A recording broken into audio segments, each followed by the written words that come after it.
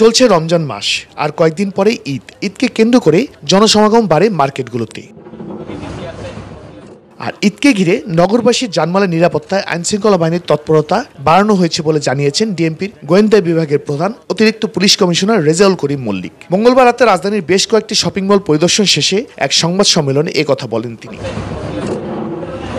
DB প্রধান বলেন, ঈদের কেনাকাটা নির্বিঘ্ন করতে বিশেষ ব্যবস্থা গ্রহণ করা হয়েছে। রাজধানীর সব শপিং মলের নিরাপত্তা বাড়ানো হয়েছে। মলগুলোর নিরাপত্তা ব্যবস্থায় ব্যবসায়ীরা সন্তুষ্ট। আমরা সার্বিক অর্থে যত রকম নিরাপত্তার প্রয়োজন সব নিরাপত্তা আমরা দিয়ে আসতেছি। আমাদের প্রতিটি জায়গায় দেখবেন ফুড পেট্রোল আছে, আমাদের টহল পুলিশ আছে, আমাদের ডিবি পুলিশ আছে, চেকপোস্ট আছে।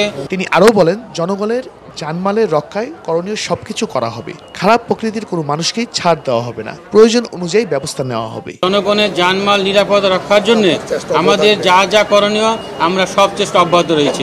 নগরবাসীর জানমাল রক্ষায় আইনশৃঙ্খলা বাহিনী সর্বদা কাজ করে যাবে বলেও জানান তিনি।